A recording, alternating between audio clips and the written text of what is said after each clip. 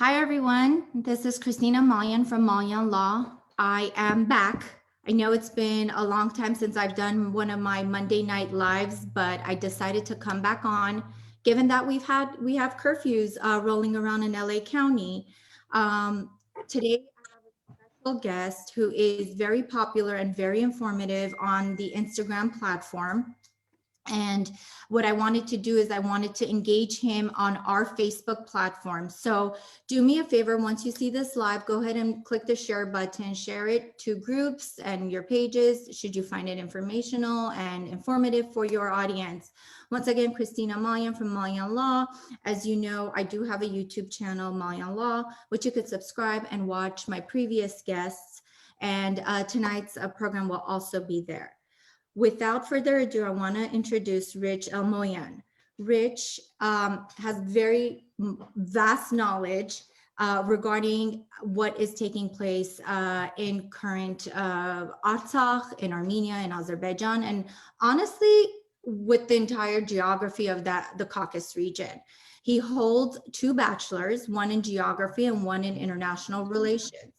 And his focus has been in post-Soviet development, which gives him great insight as to the key players, which we're going to discuss, which are the Russians and the Turkish government and their peacekeeping forces. So without further ado, Rich, I want you to introduce yourself, give us a little bit of background. And as I mentioned, I'm going to start sharing it while you introduce ourselves, and I'm going to get right into it, discussing the 1994 war, the 2020 war, the agreement that we heard was signed but really haven't seen. I have some other questions that came through Instagram, and also the aftermath. Where do we go from here? So Rich, take it away. First of all, thank you for having me. If you can't hear me well, then sorry, you're missing out on a lot. Just kidding. Rich Elmoyan, thank you for the introduction. Geopolitical analyst, independently. My forte is finding out what is the root of the problem in a conflict between international players. It can be Armenia, it can be Georgia, it can be Azerbaijan. My focus is post-Soviet development. I've spent 6 years of research specifically on the Transcaucasian region, which is essentially the 3 countries that we talked about, Georgia, Azerbaijan, and Armenia. Specifically the geopolitical factors that best explain the region's conflicts, meaning it can be Abkhazia, it can be Ossetia, it can be Nagorno Karabakh.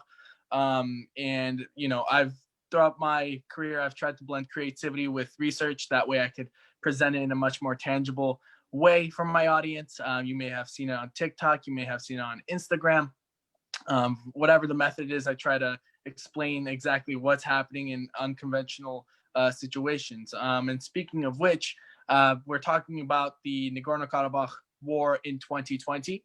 I'm going to be talking about basically the differences in the 1990s in contrast to today. What led to this? Was this really a surprise? Was it a shock?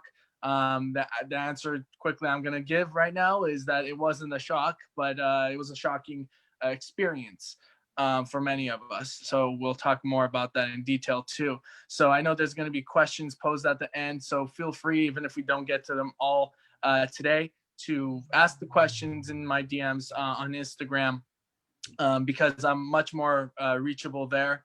No pun intended on the Rich part. Terrible dad jokes left and right. You're going to get a lot of those too. Yeah. Absolutely. I hope that was a good enough introduction. I'm not sure how. You've also authored a book, correct? Or you've authored something regarding sports diplomacy?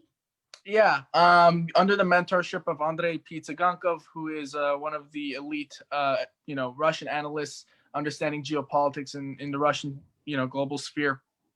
I wrote Sports Diplomacy, Soviet versus post-Soviet Russian sports diplomacy. So basically it went into detail about how sports can be used as a form of a diplomatic tool. And quite frankly, that was the plan for me. I was a Armenian national basketball team member, captained the team for 1 year, was a 6th man 1 year. Getting exposed to the government contracts that we had to make for the athletes, and just overall the experience of representing your country through a sport is still a form of diplomacy, and you still have to represent your country almost like an ambassador. So, that's kind of what I was writing about, or at least what sparked my interest in sports diplomacy. And I really pursued it in university with 70 pages of research in it. I have published research under Mr. Siegel in San Francisco State University. Great gentleman. It was published by the Journal of Modern Jewish Studies. So yeah, that's kind of like my publishing career in terms of research. Awesome. Awesome. And like for those who are just tuning in, because I shared it on different programs, tonight's program is, I know you have seen probably and hopefully the media flood regarding a conflict, a war that broke out in a very small region called Armenia and Artsakh and Nagorno Karabakh. And just a very short background, because I will have Rich take it on, but just for my non-Armenians, Nagorno Karabakh is a very small, medium-sized, maybe small in comparison to other regions, landlocked region in the South Caucasus, and it's within a mountainous range. Now, Nagorno Karabakh, or Artsakh, as Armenians call it, is a disputed territory. So some people may think this is a land, where we just want our lands back, or, it's a land war. It's regarding our ancestral lands. I think it's going to go deeper than that. And I think Rich is going to give us some rich knowledge about that. So it's also internationally, unfortunately, maybe recognized as Azerbaijan. However, it is unrecognizably governed by Armenians and known as the Republic of Artsakh. And Rich, correct me if I'm wrong, but I've just pulled some bits and facts just so our audience can engage. Now, most of us were aware of the 1994 war. I myself was not, and I was not in tune with it, but 2020, today, this day and age, we have social media on our fingertips, and we heard about it and we know about it. So in 2020, September 27, this region, there were clashes that sprung amongst both sides. And, Armenians are claiming Azerbaijan attacked first. Azerbaijan's claiming Armenians attacked first. How many people are we? We're 3 million in Armenia, 150,000 in Artsakh. So we attacked a population of millions and millions. That's what they're alleging. And, they've been trying to do a peacekeeping for 30 plus years. Let's get right into it. 1990s, 1994, there's a war in the same very region that we experienced in 2020. Can you please take us back to 1994, which is, I believe, way before your time? But you have the education to give us some insight as to why did we even have a war in 1994? Stalin gave it to Azerbaijan. Yeah. It's written, it's done, it's recognized by the international community. Why do we have a war then? Well, to clarify, and you gave it, I think, a perfect background to the issue. We can go back to Joseph Stalin, right? The 1920s, when both Azerbaijan and Armenia joined the Soviet Union after they had their own war in the 1920s, Armenia and Azerbaijan. Ironically, we had a battle in 1920 for Shushi. So, this is history repeating itself, except in a post-colonial context. And colonialism in this case, we're going to consider the Soviet Union, even though it operated quite differently than the other way that we've seen the UK, in its colonial past, and other European countries. But to understand this conflict, we have to understand that Nakhchivan and Nagorno Karabakh, both predominantly Armenian regions, were passed over the jurisdiction to Azerbaijan, which is basically an autonomous oblast inside of Azerbaijan. So what does that mean, right? It's almost like Puerto Rico under the United States. It has its own self-governance, but it doesn't get representation much by the actual supranational entity. In this case, that was Nagorno Karabakh Armenians. They made up approximately 85% of the population in Nagorno Karabakh. So that wasn't really a problem though in the 30s and the 20s and the 40s, because you're all in the same country. It's fluid borders. You can get to Georgia from Armenia without a passport. You can get, that wasn't really an issue. The issue came around in the 1980s. That's not to say Nagorno Karabakh didn't try to get away from Azerbaijan, their jurisdiction, because they did in the 30s. They tried in the 50s, the 60s, and the 70s. But more seriously, in the 1980s, you had these ethnic Armenians inside of Nagorno Karabakh, which is on the border of Armenia and Azerbaijan. And they just didn't want to be run by Azerbaijan. They felt like they weren't getting represented well enough.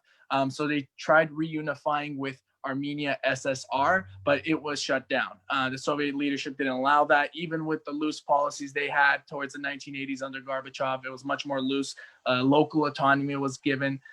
So that's when you saw national uprisings, which the Caucasus was one of the first places for that, given the strong identification with their own culture. And then in the late 80s, here's the thing. When Nagorno-Karabakh tried reunifying with Armenia, Azerbaijan didn't really like that. I mean, a significant portion of your land is looking to leave Armenia during the shakiest times of the Soviet Union, and you don't know what's going to happen. Of course, we get into guerrilla warfare, which is unorganized warfare in a sense, from the late 80s to 1992, with pogroms happening, which is probably the most underspoken topic in Armenian history. Pogroms are basically ethnic massacres, small ethnic massacres of some sorts. And this one was done by the Azerbaijani people in the city of Baku and in the outskirts of Baku, Sumgait. This is in 1989. And then in 1990, we can fast forward a little to 1991, when both Nagorno-Karabakh, Armenia, and Azerbaijan declare independence, which ironically enough, Nagorno-Karabakh declares independence before Azerbaijan, but it doesn't get the international recognition it asked for. They all used it up based off the 1990 law of secession. This document allows countries in the Soviet Union and autonomous oblasts to leave the Soviet Union legally. And when international community has to agree with one sovereign nation asking for its autonomy and asking for its independence, right? So that's what I'm deducing from all this, even though the Republic of Artsakh has declared its independence, it's still not recognized. How can they do that when they belong on the land of Azerbaijan? How can they just separate essentially from the grounds of Azerbaijan? They declared independence in 1991. They had a majority vote. It was democratically done. However, Azerbaijan abolished autonomy after that. So when they declared independence, Azerbaijan abolishes their autonomy, which means that even if they were to join Azerbaijan, they would have almost zero rights, similar to how the Talish and the Lezgin ethnic minorities in Azerbaijan have basically the lowest level of rights there. So the Armenians were essentially trying to become their own thing. We don't want anything to do with you. This is self-determination. This is us democratically choosing our country, similar to how Kosovar people did from Serbia. So, that's essentially the issue. But in 1994, we had a ceasefire when official war started in 1992, when Armenia started controlling a lot of the land and Azerbaijan had to surrender back then. But of course, that course of, dynamic just completely shifted in the 2020s. And you think it's a fair statement when people are, say things like, we won the war in 94. Is that a fair statement? And what does winning really mean?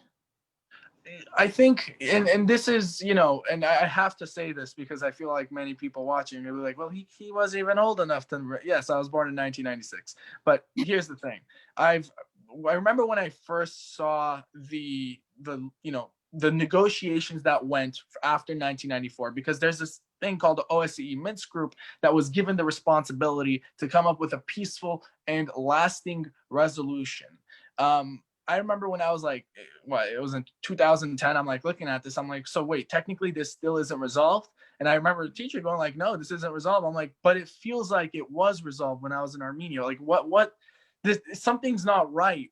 Because if you're feeling like it's completely done with, Artsakh, it's its own thing, why is the other side getting ready for a war? So I think that's one of the biggest things that we didn't expect, is because after 94, the presidents and overall the national agenda made it feel like it was a one war because the status quo fell in Armenia's favor. So the winner of the war is not going to learn a lesson, right? The loser of the war is. So Armenia kind of got on this high horse. Lesson. And did they gear up? Okay. Yeah, they geared up. I mean, and okay. we can talk about that too if you want.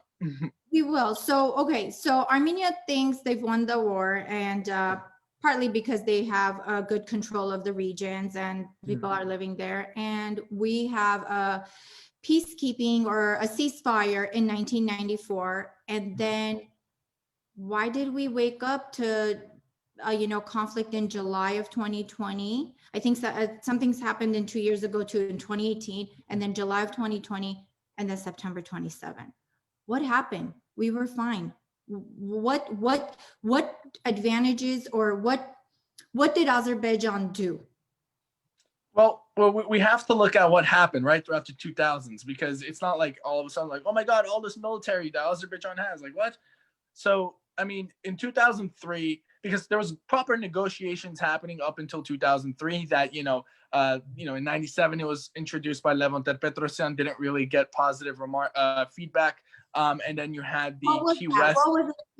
What was introduced by Levon Ter-Petrosyan? So it was introduced that essentially Armenia would give back the areas that is considered Azerbaijani land, not Nagorno Karabakh, autonomous oblast borders. That Nagorno Karabakh borders are quite different than what Artsakh borders were up until November 2020.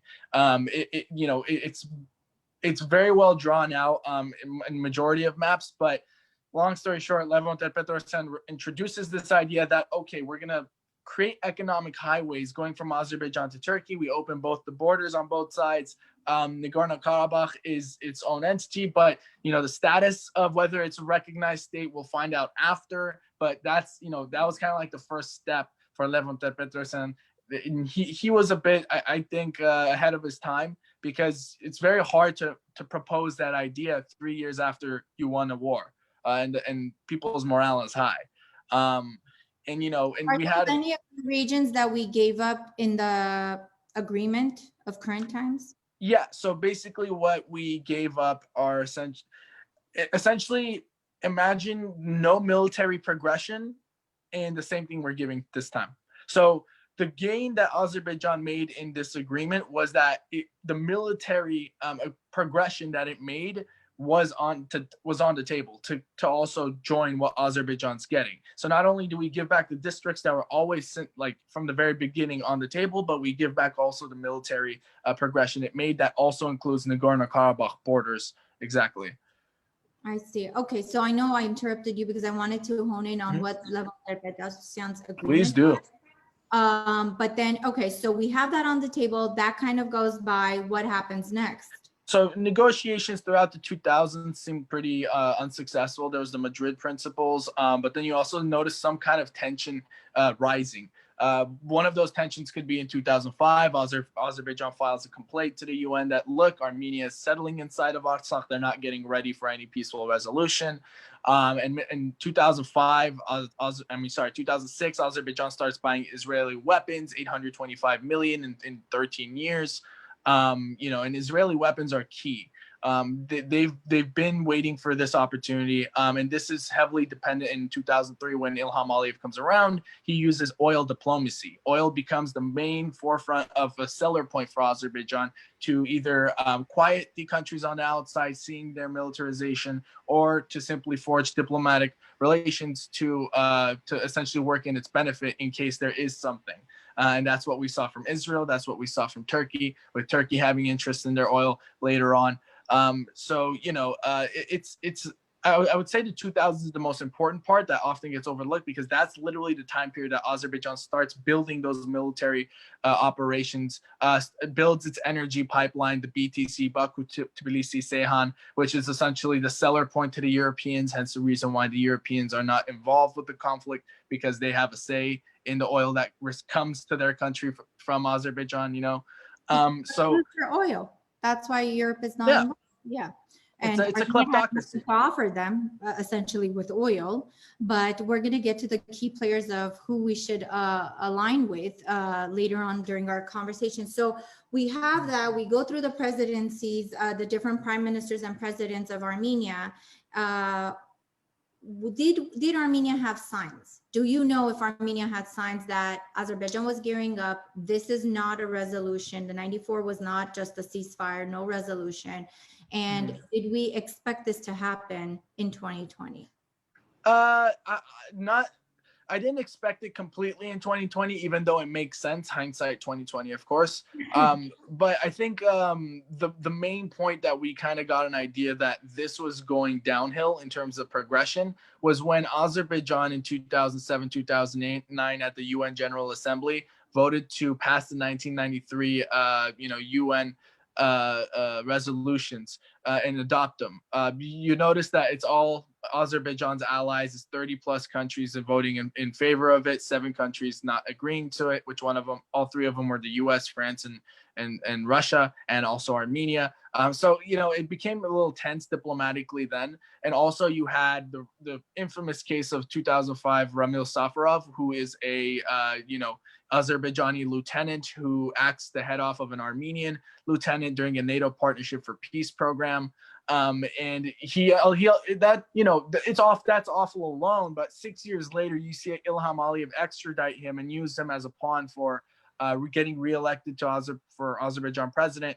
Bringing him back, Ramil Safarov from Hungary, who was detained there, and giving him a national hero reputation, and further letting him back to the Azerbaijani military. So you start noticing these small nationalist, or not even small, it becomes almost like systematic nationalist rhetoric, imposed by Ilham Aliyev, and he stays in power. And you start noticing that the wealth is distributed about him, throughout him and his family and his clan members. So you start noticing a little, and then when the vice president becomes his wife, it's kind of too obvious that, it's becoming an authoritarian regime, heavily dependent on nationalism and militarization.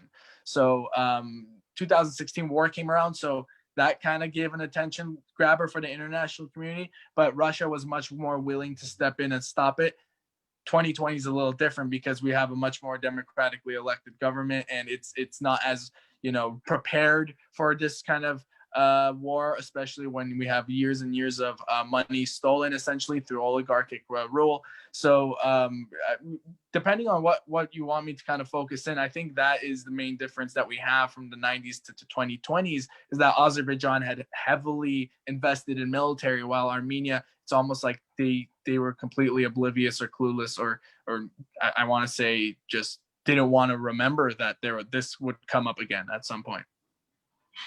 I think that's a good a turning point, because we do have some questions coming in. Yeah. One of the questions is that, will Armenia recognize Artsakh? And if it does, will that not help the recognition of Artsakh? So let's talk about that. Let's talk about, has Armenia recognized Artsakh? No, Armenia has not recognized Artsakh. It hasn't really come up with a formal statement, but you can guess why based off of the legal framework it's working with. So I mentioned the OSCE Minsk group, which is basically co-chaired by US, France, and Russia. Of course, it has more members, but the ultimate decisions come between France, Russia, and the US. So, when you have the OSCE Minsk group, it's meant for a peaceful resolution. If you go ahead and immediately recognize Artsakh, you completely bypass and ignore the legal framework that played in your favor up until 2020. Now it still plays in your favor, but in a different dynamic. But overall, it's to not bypass the OSCE Minsk Group's framework that it has for the peaceful lasting, because you have Russia in your corner based off of the OSCE Minsk Group, because your ally is a neutral mediator in this case. And then you have France, who's almost like a diplomatic teammate in a sense for Armenia when it comes to human rights and whatnot. But at the end of the day, France isn't going to do anything for you. So if you're at a diplomatic negotiation table instead of military reliance on Russia, then you kind of like this, the room they've set you in to kind of talk it out. So you're not going to recognize Artsakh the same way, Turkey recognizes Northern Cyprus, and it's the only country that does. So the question is, if we have UN, and you and I could discuss the UN's position and the role of the UN, if there was UN, why have this separate committee to recognize Artsakh? Or was that committee specifically just for the conflict regarding the disputed lands? Well, the recognition of Artsakh is a dispute between Azerbaijan and Armenia, because it's Azerbaijan's sovereign territory, right? So this issue is about the recognition of Artsakh, whether it's going to be, at the end of the day, if the resolution to this situation is the status of Artsakh. Now, personally, based off of how 2020 has unfolded, I think, we're moving towards the right steps of recognizing Artsakh. Unfortunately, the most bloody in a way that what we just saw, that Russian peacekeepers showed up. But the Russian peacekeeping, I think, is a stepping stone for us, for getting Artsakh recognized, because Artsakh's recognition is really the only way you can get out of this issue, similar to how Abkhazia's, self-determination in its own way was the only way to leave Georgia. Russia operated the same peacekeeping group over there. They've operated in Ukraine, and now they're doing it in Nagorno Karabakh. Right. So I know so we have the 2020 war. We are essentially not just fighting Azerbaijan, we're fighting Turkey, and we're fighting Syrian mercenaries, and God knows who else, right? It's like so many people in the background.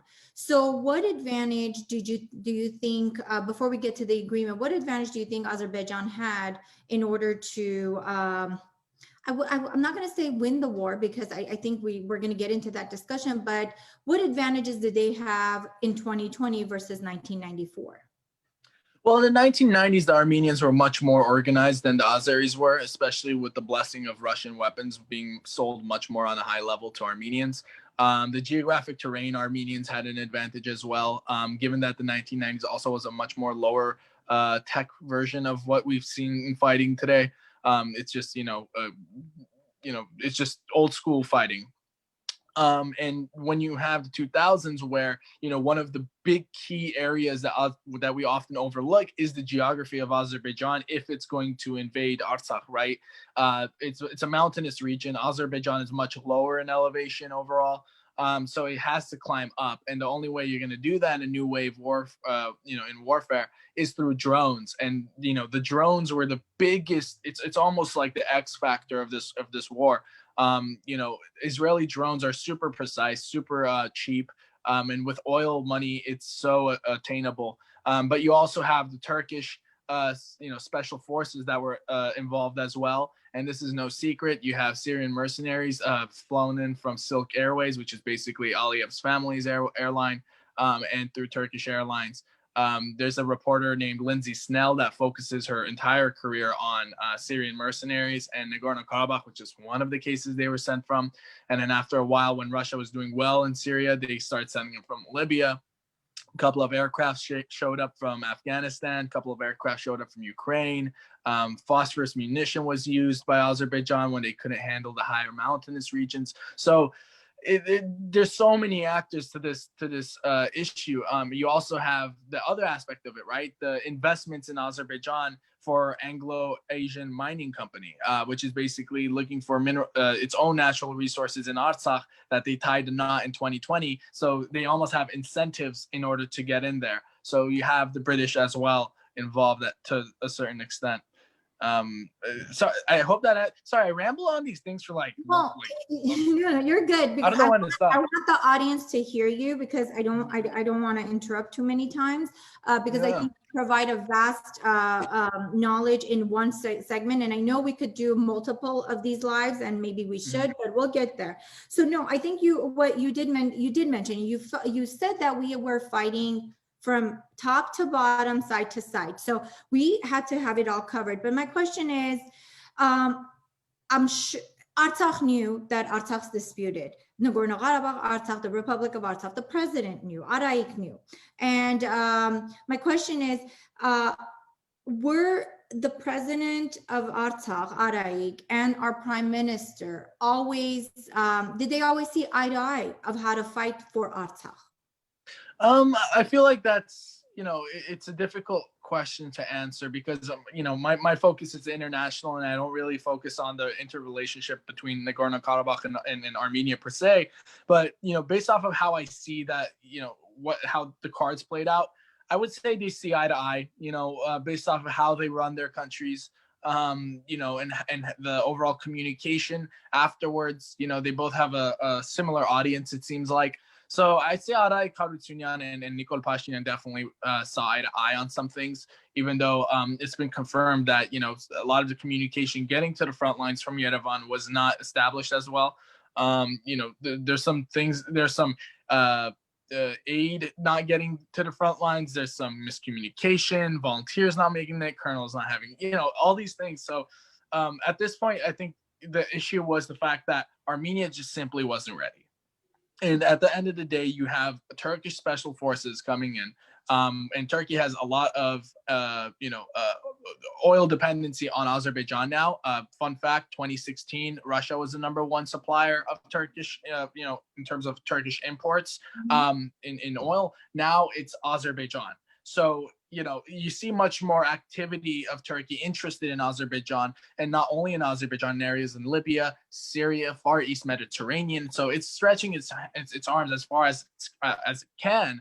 And Azerbaijan was one of the areas that it had tapped into, given that Turkey's role in geopolitical role was not as significant. And you've never seen in like post, since Ataturk's creation of Turkey, you haven't seen a character like Erdogan. I'd like to consider him, he's kind of like a gone crazy version of Putin.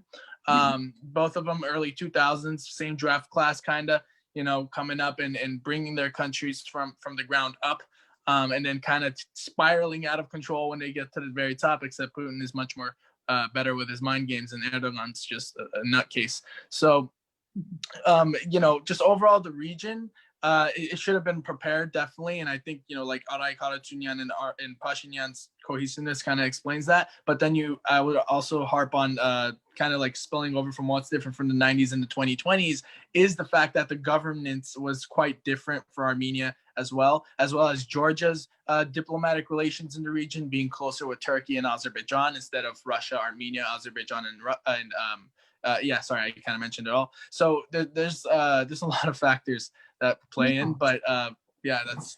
So question that came in was the fact that is it a rumor or is it true that Armenia did not send troops to the front lines, its official army or military? There's a lot of reports going on. I don't know specifically which one this is. I do know that there was an issue with the replacement of soldiers, meaning that, unfortunately, when soldiers fall, there needs to be replacements. And those replacements were not getting there in time, or, you were noticing retreats in certain areas, which from my mapping expertise, I was looking at the maps and I would notice there really wasn't that. And this is only speculation I'm giving because there's a big difference between what I speculate and what's confirmed, right? So I'm speculating that whenever I would look at the maps, I created one day per day, I was noticing just weird trends where I'm like, it doesn't make sense, because sometimes I would see like so much land given, but I'm like, that doesn't make sense. So that, communication of like what is it? Replacing the fallen soldiers, I could totally imagine that, because if it doesn't get there in time, you have to retreat. So was allowed to send its force to Artsakh. By doing that, it wasn't actually interfering any, international laws or any the declaration of war on Artsakh, because that's not what they did. Because the 94 ceasefire, it included that the Armenians controlled the territory.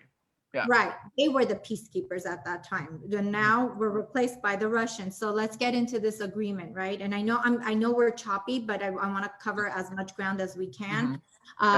So the agreement comes 2 weeks to date. We heard it 2 weeks ago. Rich, I haven't seen a video of Nikol Pashinyan signing it. Have you? I personally haven't. I feel like we talked about this yesterday, but I asked a friend after he swore he's seen it, but it's one of those things where it's like, in Armenian culture, when you go like, is that true or not? He goes like, I don't know. I know someone that knows it. I'm like, okay. So whether or yeah. not we're seeing the implications and the ramifications of the agreement, let's talk about this agreement. Specifically, if you want to get into the agreement, because I know it's a little bit, there's a couple of stages to it, but I want to know, like, how does it shift the political stage in that area? Because we were predominantly Armenian peacekeepers, Armenian army, and everybody. And now what happened? And let's bust some rumors that, you know, I have some questions to say, what is it that we really gave up, or what is it that we really gave into? So go ahead. So, you know, one thing that I want to establish from the beginning for this agreement is that the OSCE Minsk group members, not all of them were present. That's the confusing part for a lot of the Western world with this agreement, is because they're like, wait, did we get left out? Is this just Russia's way of taking, you know, control of the region? Like, what is this? So the agreement was only signed between Azerbaijan, Armenia, and Russia. Which Russia and Azerbaijan were present at the live signing of it, but Armenia was not present. Instead, it was a Facebook post from Nikol Pashinyan mentioning that he was going to do it.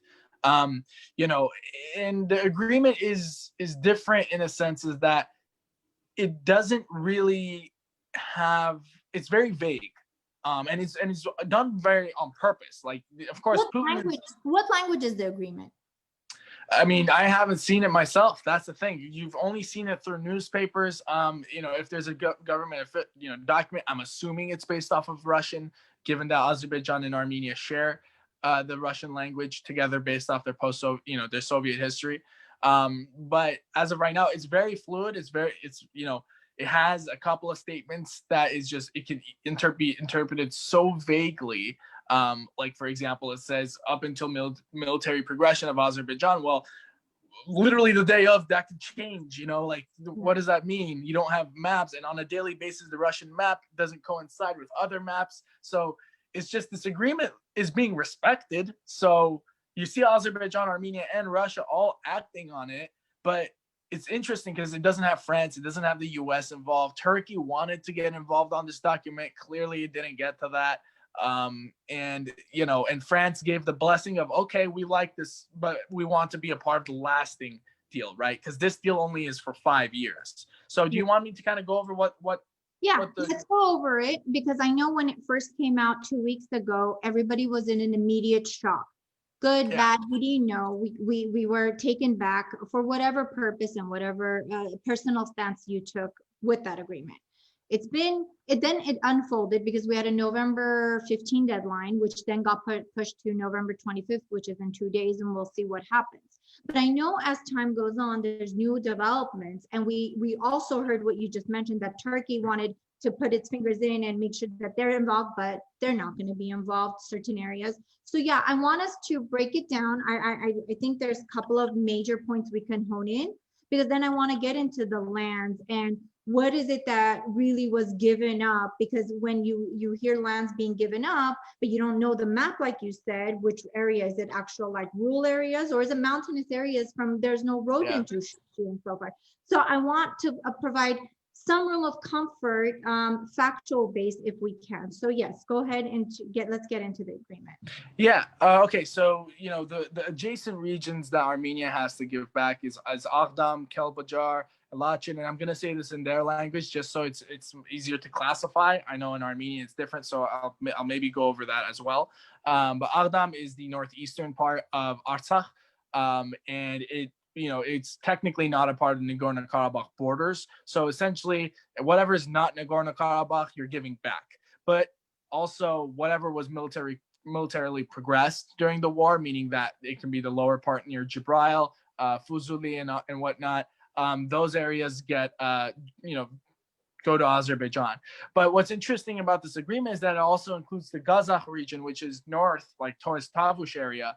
And it's in the exclave of Azerbaijan, which is inside of Armenia. So it's kind of like another Nakhichevan, but inside of Armenia. So it's very small territory, but it's included in the agreement. So those regions are going to be having, they're going to have to give access to Azerbaijan, which opens up the borders between Azerbaijan and Armenia, which also includes the economic highway that's going to be built at the Meghri corridor. So at the very bottom of Armenia, Armenia is going to host a highway guarded by the Russians going from Azerbaijan proper to Azerbaijan's Nakhchivan exclave, which ultimately sounds very familiar to what you were saying regarding Levon Ter-Petrosyan's proposal of creating that highway between Azerbaijan and Turkey and taxing the hell out of them, right? So yeah. I mean, so in this case, the Russians are guarding it. So I would assume the Russians have a stake in this. That I can't imagine Putin not working a deal that benefits him, especially when Armenia through Azerbaijan to Russia is a better access point for Russia. You know, with the relationship with Georgia much lower. So this was all done pretty planned. Especially Russia wanted to monitor the very bottom of the border, the economic highway that I talked about. Because ultimately that was Erdogan's piece. Erdogan wanted that piece installed in there simply because he wanted road transportation to Azerbaijan in a much easier way instead of having to go through Georgia only. So it's not like we put that portion of the land to Turkey or to Azerbaijan. All we're saying is we're doing a connecting highway from one country to another so that they could get to whatever purpose it is. I mean, I know there's mixed feelings about that, obviously, and you know, wherever people come from, but well, what would be the benefits of that? Let's talk about the benefits. Like, why is this a good thing? Possibly a good thing, assuming nothing goes wrong. Yeah, I mean, and I'm going to piggyback off of one of the better political analysts that I've definitely seen in my life. And at this point, I'm viewing him almost like a mentor, kind of. Eric Hakopian, and he has often interviews on CivilNet. So I definitely recommend viewing him. But he had this interesting point that for one of the first times in this deal, you know, when you look at it, what Armenia actually has on the ground in contrast to the status quo, Armenia has something to hold on for leverage now. The economic highways are considered some sort of leverage that you're providing a service for the Azeris, but that can be easily taken away. Same way this agreement is very fluid. It can be just this whole thing can change immediately any day. So opening borders with Azerbaijan is probably the biggest you know, and a lot of people are going to disagree on this. I say it's a plus because if you're going to have the Russians monitor the area, if there's one thing we know, that the Russians are not getting hit by the Azeris. Azerbaijan does not even think about hurting the Russian peacekeepers. If anything, it's going to try to go after the Armenians. But at that point, the Russians are fully in control in the region because an issue you had before the agreement was made that you legally couldn't have Russia in Nagorno Karabakh because of the military pact Armenia and Russia has. It specifically mentions that it doesn't include the Nagorno Karabakh conflict. Now that you have, and now they're in there. Yeah. So they're not really, like, let's be real, they're not peacekeepers, right? They're rolling up in tanks. They're special forces. Yeah, they're there to maintain the peace, hence the peacekeeping, you know, lingo or adjective that they're using. But where does this put Iran? How does Iran feel about all this? They're right on the tip of the border, right? So what, from your geopolitical viewpoint, what position is Iran in? So Iran's watching this. Like, I mean, throughout the war, we noticed Iran was bringing its military brigades at the very, you know, border and even shooting down a couple of Israeli drones for its own benefit, of course. But Iran is watching this as, you know, okay, Israel is officially in the group chat, you know, like Israel was pretty silent selling the weapons and then you see it continuing the weapon sales during the war, and Iran is watching this on its borders. Iran is not going to choose really a side during this. The reason why I say that is because it has 20 million Azerbaijanis inside their country. So you actually have more Azerbaijanis outside of Azerbaijan than inside, quite similar to Armenia, right? Except it's right on the other side of the border in provinces called West and East Azerbaijan. So Iran itself has provinces under the name of Azerbaijan. So there's a strong sense of nationalism that one day Azerbaijani ethnic Azerbaijanis in Iran will one day connect with Azerbaijan. And this war, if won for Iran, like it becomes an area where they have to control their nationalist, the Iran, the Azeri nationalist rhetoric. Because in the 90s, Iran was actually supporting Armenia in order to suppress any kind of Azerbaijani, like a greater Azerbaijan concept in their world. Because let's be real, propaganda is A+ in Azerbaijan with 1980s Microsoft or Photoshop. So it's that's Iran's place. Yeah. Yeah. So I know you talked about the regions that we did give up and the mountainous areas and whatnot, but let's talk about Shushi. And everybody, I see your questions. I'm going to ask him probably at the end just to make sure that we covered the topics we have planned for today. So I know that the discussion is that, or the statement was that we gave up a part of Shushi, which was on the Azerbaijan side, but Azerbaijan never had roads into Shushi there. So essentially, they just got a mountainous area, but they can't actually get into the city. So what about the actual city where our people live, where our our families are from? So what is that area given up? So unfortunately, Shushi is under Azerbaijan's control. Okay. What we've seen in the gradual progression, so like you said, right, like Shushi in itself is under their control, but in terms of the road to Shushi, Armenia is in control.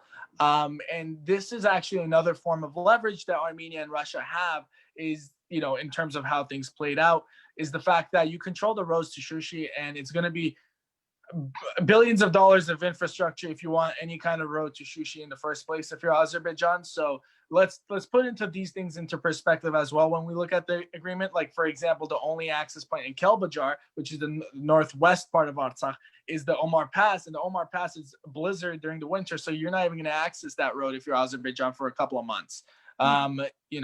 In terms of actual civilian infrastructure being built. So when Shushi itself, in the path to Shushi, which is a city similar to Denver, 4,500 to 5,000 feet above sea level. It's a citadel. It's on the top of a cliff, essentially a fortress. So it's hard to create that infrastructure to get there. So it's going to be interesting how it's constant negotiations happening. So it's going to be interesting to see how the negotiations unfold. Given that Shushi, the only way you can get there is as a civilian is the roads coming from Armenia, from Artsakh through the Russian-controlled region. And we've already seen Azerbaijan request access through Berzor to Shushi, and it got denied by the Russians, with the Russians claiming they don't control the highway, they only control the borders, and Armenia denied that access. So, this is going to be interesting. This is going to be interesting because the leverage that I'm talking about is there. Shushi is one of the pillars of Ilham Aliyev renewing his country's perception of what he is, because just by getting Shushi, creating that propaganda from the early 2000s all the way till now, and you build that up and you ultimately get Shushi, best believe this guy's going to get like 90% approval rating without even having to fake this one too, Yeah. So, yeah. What about Stepanakert and the actual Artsakh region where there are heavily populated Armenians there? That's still part of Artsakh, right? Yeah. Yeah. Okay. So what does that mean? Being part of Artsakh on an international recognized territory of Azerbaijan, the conflict is still very much present. Yeah. So what now? Like so they signed this agreement, but and they have this 5-year deal, which, by the way, it says that any one of them could pull out quit in 6 months, like a 6-month time period. So we could be back at it tomorrow if one of them say, hey, I'm giving you 6 months, we're going back at them. So what are your thoughts about how to move forward from here? What do we do? Well, you start working with countries you should have been working with in the beginning. This sounds very condescending, but it's real. Armenia was looking in the wrong corners of diplomatic friends. You could see that with the flights entering Armenia during this time. I was heavily monitoring the flight radar of like what government officials were entering, leaving Armenia, and the only ones you were seeing was France, Greece, Russia. France, Greece, Russia, and then of course your OSCE Minsk group members, the U.S. U.S. as well. I want to see much more of United Arab Emirates. I want to see Jordan. I want to see Egypt. These countries all have some kind of similar interests to what the Armenian interests are, and you are seeing that from President Armen Sargsyan already. He's already visited United Arab Emirates. Today he visited the Jordanian Prime Minister and the King. And they need to meet with the Egyptians as well. They need to meet with as many countries as they can in terms of the Middle East, because they are a majority of the Middle East. I could say wholeheartedly that they're looking at Turkey in a very hawkish way. They're looking at Turkish global interference. I mean, interference globally. Like they're kind of just watching like this. And you can see that with the UAE funding the opposite side of what Turkey's backing in Libya. You can see that with the UAE protesting against the UN president who was a genocide denier, Mr. Bozkir. And those are the areas they need to go towards, not France. We need to expand. Armenia needs to expand its alliances and its allies so that we can bring in a lot of key players next to us so that if something does happen, we can piggyback on essentially some of these countries, right? So why do you keep saying the UAE? What about the UAE? We know that they hate Turkey or they're boycotting Turkey, but what does UAE have to offer that the Armenians could benefit from, and why them and why the other countries around them? Well, there's a couple of ways, which some areas are much more well versed in, some areas not as much. The economics of it, I'm not too well versed in terms of what UAE is actually investing in Armenia, but I do know that since the 2010s they've been getting a closer relationship. When we look at diplomatic relations throughout the region, the reason why I say it's geopolitical is because if you look at the location of Armenia, it's attractive for the UAE because it's a counter to Turkish influence in the region. The UAE definitely does not want Turkey turning into a hegemonic creature where it kind of runs the Middle East. And the UAE also, it just opened up a deal with the Israelis and Bahrainis, meaning Bahrain and UAE are now also Muslim countries that have ties with Israel, which is considered taboo in the Middle East somewhat. But you now see that Israel can be deterred from the oil. The oil it receives from Azerbaijan that is heavily, an oil diplomacy, kleptocratic kind of,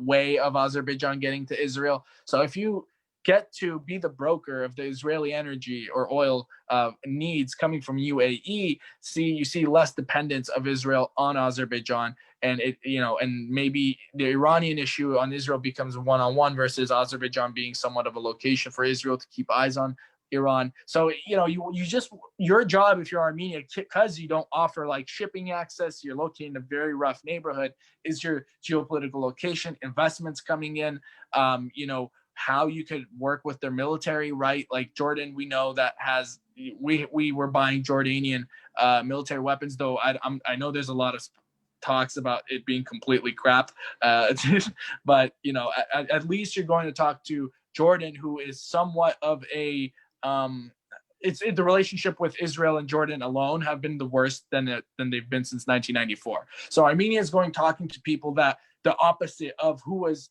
funding Azerbaijan during the war. So you're going towards the UAE, which is the opposite of Turkey, and then you go to Jordan, who is the opposite of Israel. Yeah. So you're working with the connections you can make in the Middle East, because that's where the interest is, because the Western world is just so disengaged with this conflict since 9/11. Right. Is there a way that the agreement can be recalled? Because there's talks that, this United States wasn't involved and France wasn't involved, and Russia basically brokered the deal and got it done, as they did in Abkhazia and so on. So is there a way that this could actually rewind? I think the answer to this should be, I'd say no, because Russia's pretty proper when it comes to stability and enforcing peacekeeping. So far, it's been successful in every region it's been in. And we're seeing the success in Syria at last now. The only way I could see this escalating is if Turkey starts meddling with bases maybe in Azerbaijan and it becomes a Turkish-Russian proxy. In terms of Armenia and Azerbaijan specifically in the agreement, being the only other people other than Russia, the only other entities other than Russia signing this paper, I can't imagine this going completely to flames. But again, this can change any moment. I mean, we've seen negotiations for like Amaras, Dadivank, right? All of a sudden, when I was geolocating, Amaras technically shouldn't have been inside of Armenia, but clearly Armenia gave away other areas of land in exchange for Amaras. So this is fluid. This is constantly changing. So of course, this conversation is proper that we're having now, but this can be a complete different conversation December 2nd, once the last day of, transferring the lands is done. And then this is going to look completely different, even when, like, we think of, okay, let's say in Armenia, like, the Azerbaijani refugees from the 1990s, they're moving back to Nagorno Karabakh. That's a part of the deal, right? What kind of citizenship do they get whenever we're inside the peacekeeping area, the borders? What does that look like? Does an Artsakh passport still work? Like, how do we work around this, right? So there's so many issues that need to be answered still. Like, how fluid are the borders? If you're, let's say, a person trying to go to Shushi, if you're from Azerbaijan. So it's so up in the air that we still do not know, and we won't know unless, like, Russia, Armenia, or Azerbaijan mention it. And as of right now, the French are okay with it, and the US violated. So if somebody does something from either Azerbaijan or Armenia, we're going to see Russia play in, right? The peacekeepers, the commanders are right there. So that is very interesting. Okay. Yeah, the Russians are definitely running the game in this region now. I mean, of course, you have a Turkish, Russian, and Azeri mutual base. I think it's in Barda or Terter. I'm not too sure. That's what I saw on Telegram. But there is going to be an area where they're going to observe the ceasefire, the Russians and the Turks together. So, I hope that's a positive location where, Russia and Turkey can exercise diplomatic relations. But at the same time, we're dealing with Erdogan. He just claimed Batumi, for God's sake, So it's like, this guy's everywhere. He also tried to claim Israel. So he's trying to put his hands in everywhere. But Erdogan is a different topic and a different day. He said Jerusalem bizimdir. So what can I say? Yeah. So I'm going to get to the questions because we're coming up to our hour. We're almost there. I wanted to know, so we talked about the fact of the key players of Russia.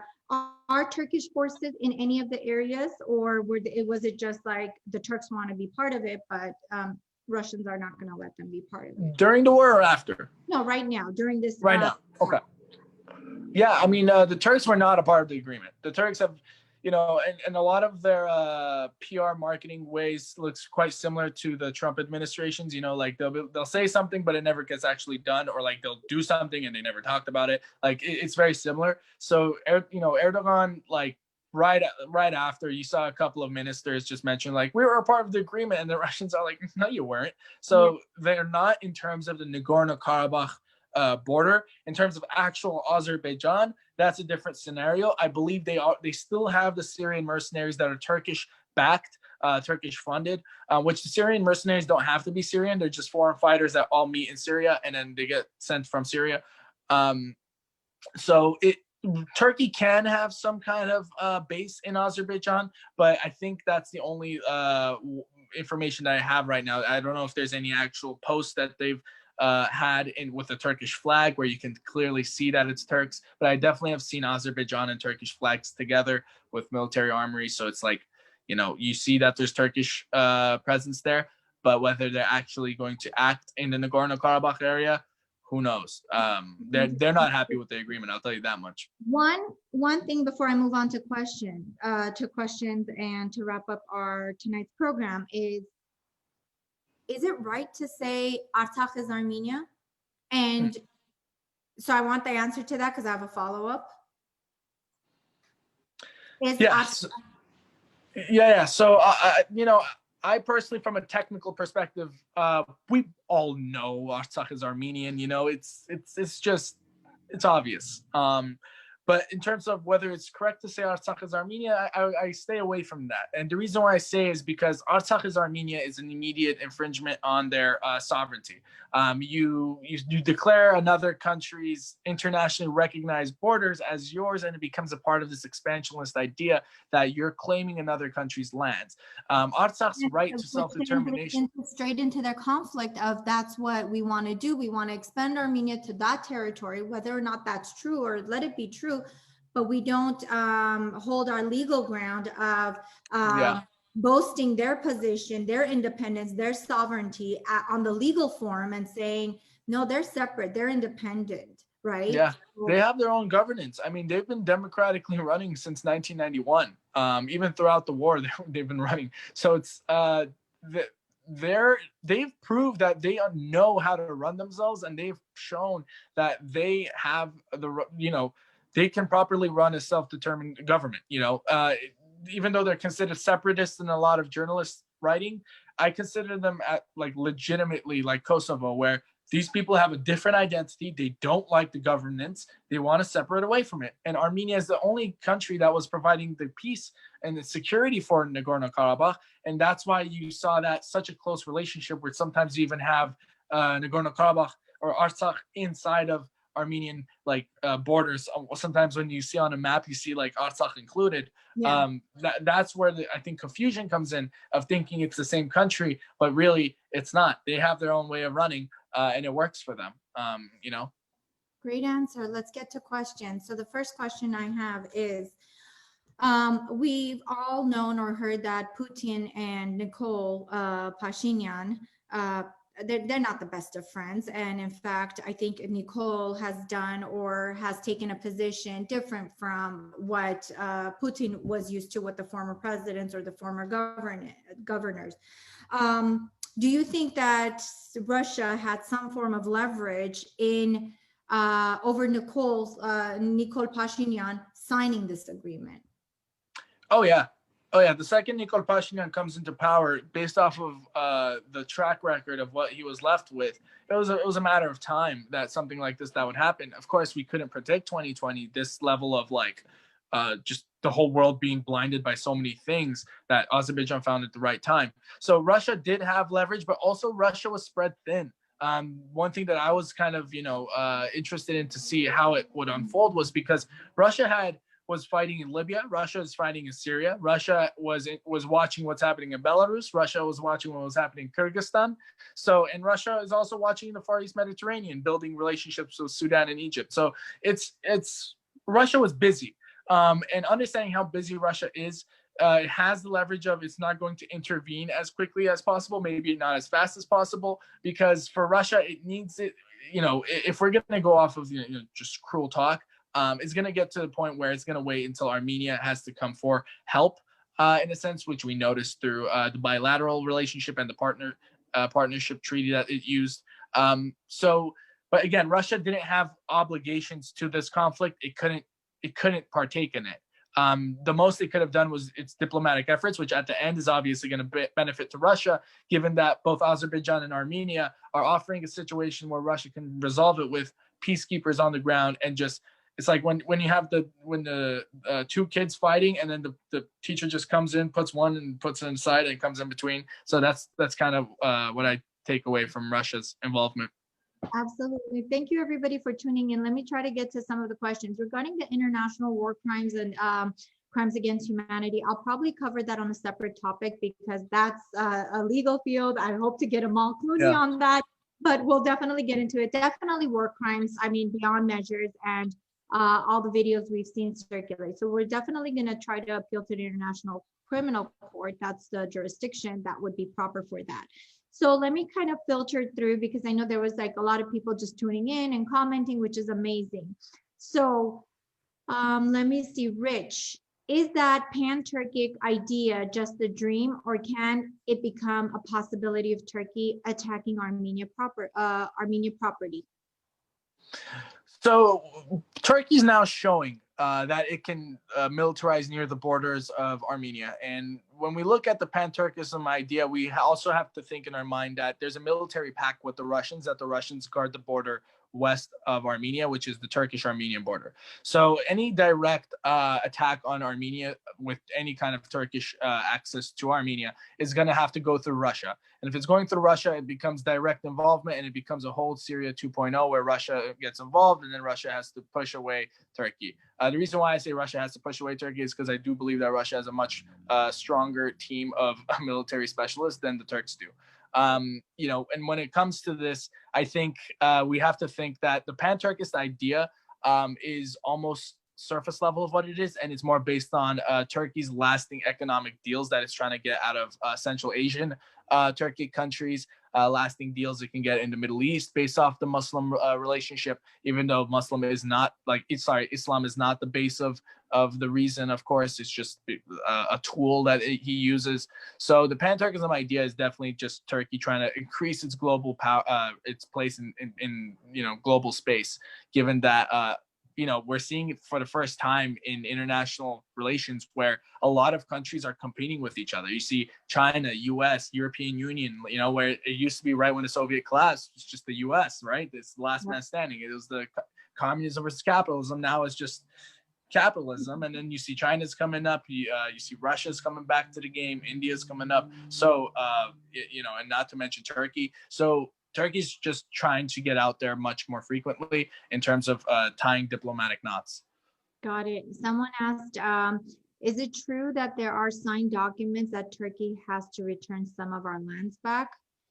I think, Christina John, I think that's a question for you that maybe you should get into more, because I've looked vigorously for that document, the Treaty of Kars that they're talking about, where there's like a 99-year lease or something. And it doesn't sound real to me when you think about it, like the 99-year lease. But then again, a country just gave away its lands for 99 years to Turkey. So yeah, I've looked at it myself. I've tried to research it myself. It's not so much about the treaties or the documents, but it's also the fact that, and I know you and I've had this conversation before, if we start claiming certain lands to be ours because of ancestral times, because it was ours, this war isn't just with Azerbaijan. We're going to go back to Turkey. We're going back to Ani and Van and Kesaria and all those regions and Ararat, and we're getting those. So it's a matter of how that's going to play in, but let's not forget that's through the UN, that's through not NATO, but UN and the International Court. And once it happens, then, it's going to be an interesting time. But I don't think that's happening. Look, we're having ethnic cleansing essentially take place, and lands being destroyed and attacked, and people being killed, innocent people being killed. And we saw what the international community did. They remained silent. So whether or not we could reverse something 100, 115 years ago is going to be very, very, very difficult, in my opinion. But that's just my opinion. And just to quickly add on to that, I think the focus of Armenian foreign policy, like when we think about how Armenia operates in its foreign policy, it should definitely be shifted. A lot of us always think about, let's go get this land back, let's go get this back. I'm like, well, let's first guard some of the lands to the east of us, which is the most contested area, and then let's worry about any other thing. But any land that we're going to claim inside of Turkey is immediately going to get shut down, even in just overall with the power structure of Turkey and Armenia. As we saw with 2020 and what happened with the declaration of the agreement, with the outrise and protests in actual Armenia and the diaspora, there are a lot more internal infrastructure that we need to work on. And I know we were on the live yesterday with the other geopolitical analyst, Kevork, who's in Germany. And I agreed with some of his points where he said, we need to build strong inside and then move out. We can't, your home has to be safe. Your land has to be good. Your military has to be strong before you start trying to claim lands. How are you claiming lands? We were fighting air war. We were fighting cyber war.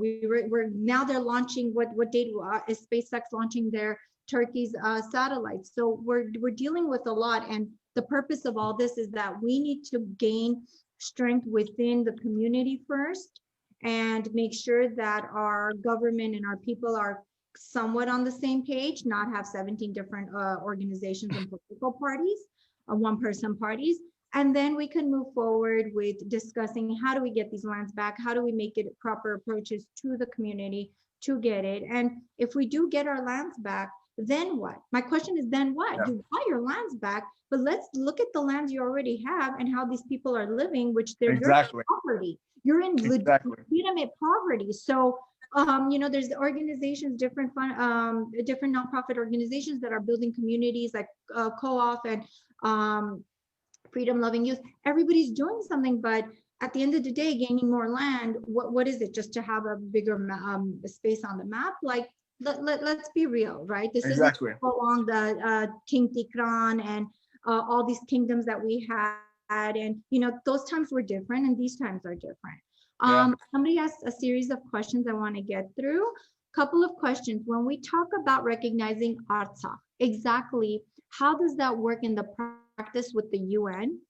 How countries, territories are recognized, etc. Are we basically looking for a few key countries recognizing the state so it gains partial recognition like Kosovo? So yeah, we talked about this. Go ahead and answer that regarding how what are the key factors for it becoming independent?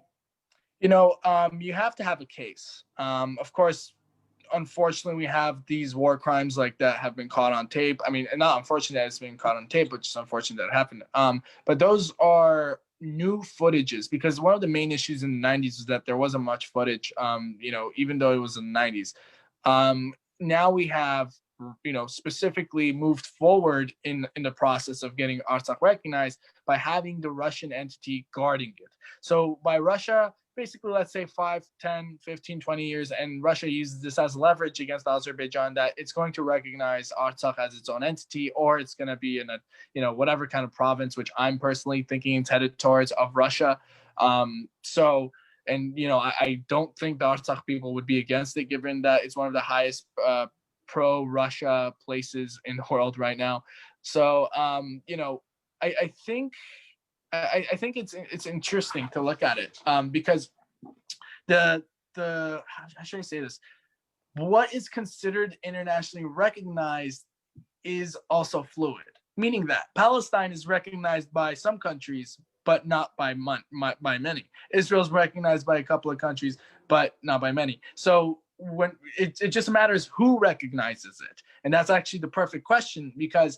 Are we looking to get some countries to recognize it? If you get the co-chairs to recognize Artsakh, I think that kind of comes to a closer agreement that all three of the members agree that Artsakh's independence will be a resolution to the conflict. And as you're seeing currently, France is putting in a vote. I believe on Wednesday they're putting in a vote in the Senate.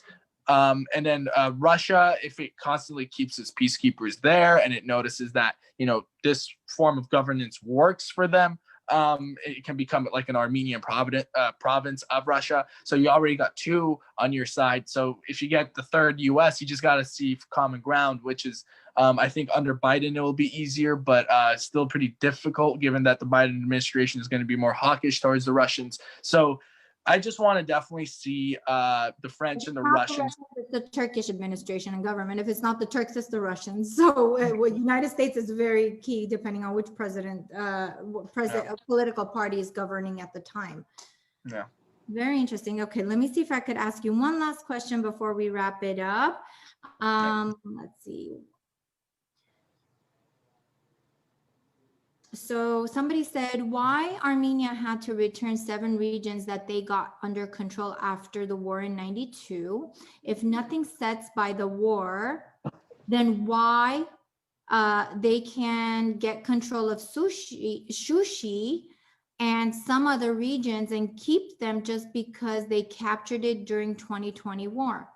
I think we touched upon that. I think you were very clear when you said military progression. That was a part of the agreement. That is so, and just the way it was in 92 and 94, right? So we had more coverage, we had more control of the land, and we covered more ground. So therefore it was ours, and now they did. And again, it's a fluid, like again, the agreement is so vague and I think open-ended that it's going to kind of interplay as the days go on. And you know, a month from now, we'll probably be discussing something different, hopefully, and not being in a war situation. Iran has its whole army on the border. Yeah, they're scared of Russia. So people were commenting as you were speaking. Azeris will never attack while Russians are there. Yeah, okay. There's a general agreement on Azeris are not gonna challenge the Russian southwest of the Azeri border when they have a border with the Russians northeast of Azeri borders. Right. Somebody did make a good comment, which I think we touched upon. There must be something big for Russia bringing in peacekeepers. Can you imagine how they have to spend for doing so? The big question is, what is it that they want? Monitoring Turkish activity going to Azerbaijan. I mean, I think the peacekeepers in the region is one way of Russia asserting a level of leverage over Azerbaijan. Not only just Azerbaijan, but realizing the relationship that's growing between Azerbaijan and Turkey. And it's going to be seen throughout the corridor. If they're going to try to get any kind of military weapons passed through, just straight access, right? Because it's just Nakhchivan to below Karabakh area for them. They're going to try to definitely send some weapons through there. So Russia wants to keep an eye on that. So, you know, and even if the Megri corridor, you know, if it happens, I mean, again, like it's so fluid that if it happens, then okay, Russia gets that out of the deal, and Russia gets to monitor the Turkish, you know, border really, because this is the first time that this is the closest they're going to get to the Turkish border. Is what I'm trying to say. Absolutely. And I know we're wrapping this up. We had discussed where should Armenia go from here? You did touch upon the foreign policy, but any closing remarks regarding geopolitically, the approach that Armenia should take in order to develop and actually succeed and then regain control of some of the areas that it wants to gain control over? Yeah, I mean, one comment that I need to make is, first of all, thank you, Christina John, for sending this platform. I was mentioning I wanted to extend it to the Facebook groups, and this is one way, so I appreciate you a lot. And secondly is that as diaspora members, we often have this disconnected idea of the conflict in Artsakh. You know, that, you know, majority of us in the diaspora, we see this as, you know, Armenia should do this, Armenia should do that. But at the end of the day, it comes down to people voting inside of Armenia, whether who, you know, if Nikol Pashinyan should resign, whether who should be next in line. And it's very difficult to have an opinion and kind of shove it down others' throats whenever we are here comfortably and not experiencing the same things. So I just want the diaspora to be a much more, how should I say this, a comforting place for, you know, Armenia. We still keep on donating as much as we can, you know, and through different mediums. If you got a local person, then please directly do it. If not, then I'm still doing Armenia Fund, hoping it's getting to the right place. But as diaspora, we need to be much more engaged, understand this conflict, research it much more. I've been saying this from the beginning, we need much more diplomatic gangsters. And diplomatic gangster means you understand the book, you understand the game, because over there, it's propaganda. They copy paste the same thing over and over and over. But imagine us, a group of Armenians, we're like as ancient as the Greeks, knowing our rights, knowing our sovereign borders in Armenia, understanding this agreement, what it means, the details, the writings of it, what Putin is looking for, what Erdogan is looking for, instead of us reaching out for help from the Western world when the Western world is disengaged because we don't have oil. Wow. So Rich, thank you. I can provide the platform, but you provide us with the knowledge and with the content and with the vast, I think, powerful tools that we can move forward. Because before this, I think it's just a matter of the diaspora, Armenia, where are we located? We're landlocked. We used to be sea to sea, you know, but we're no longer that. But Ararat is ours, but Artsakh is ours, and so long. But what we learned today, and where we're going to continue learning. If you haven't followed Rich on Instagram, I'm definitely going to tag his handle after the live gets aired and posted, but he definitely provides content, constant updates, constant lives, and constant materials so that you guys can keep, because you know what, it was news to me. I actually had to realize that geopolitics is exactly what, there's a specific term for it. You know, with being involved in the international community as much as I have, or studying abroad, it didn't provide me the basis and knowledge that you had. I did it on the legal end, and you know, I can address some of the ICC remarks and crimes against humanity. But today's purpose was to give an idea, hopefully a brief idea, about what happened, why it was a different war, where do we go from here, what is this agreement, is it bad, is it good? And everybody's going to have different opinions. And like Rich said, whatever was his opinion, he, you know, flat out said it. Whatever is a factual base, it's said. But things are fluid, things change. Nothing's set in stone, as we've seen, and so things can change. But everybody be well. I thank you all for tuning in. If you found it very helpful and useful and productive, please share this to anyone you'd like. It will also be on my YouTube channel, Malayan Law. And I thank everybody. I hope everybody stay safe as some of these orders and curfews come down this week and as the holidays approach, and everybody have a wonderful holiday season. Thank you, Rich. Thank you for having me, and everyone have a great holiday season, and ura khutsunov u hamperitsunov. Hampayman.